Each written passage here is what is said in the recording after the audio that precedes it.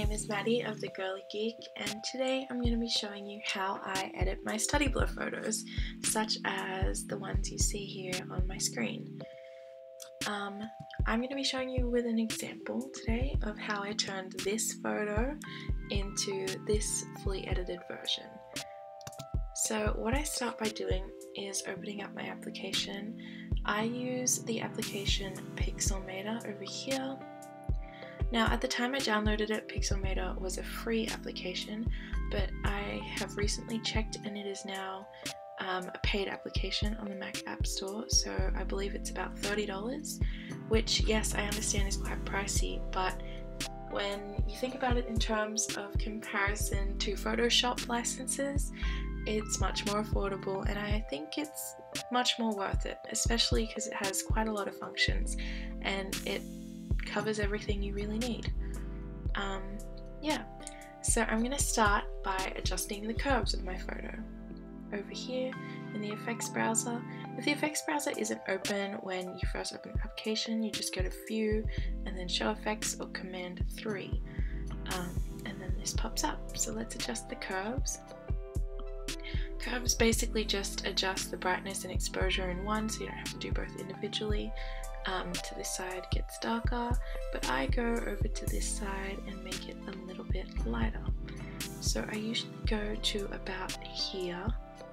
Anywhere within this square is usually my favorite place to stop because it makes it really nice and bright, but it doesn't jeopardize the color of the pastel quotes up here, and it doesn't make things look too overexposed, and you can still read most of the text.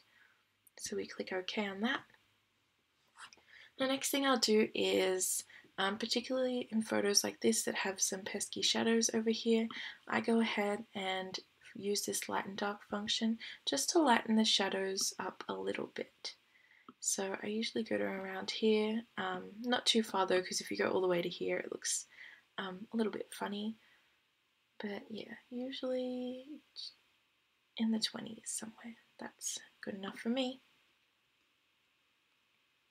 The next thing I do is adjust the color balance, which is what makes the photo look like it kind of has a filter on it. So this is my quote-unquote filter that I use.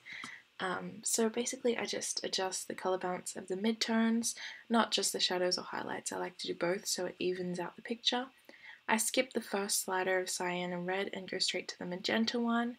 I go straight to the left side of both of these two sliders here. And for the magenta one, I usually go to -22.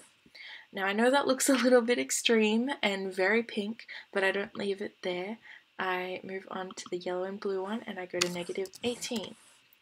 As you can see, that really balances it out and we end up with this really nice effect. It's like cozy and it looks like sunny and like you have natural lighting, and that's what I really like. This is my favorite way to color my photos.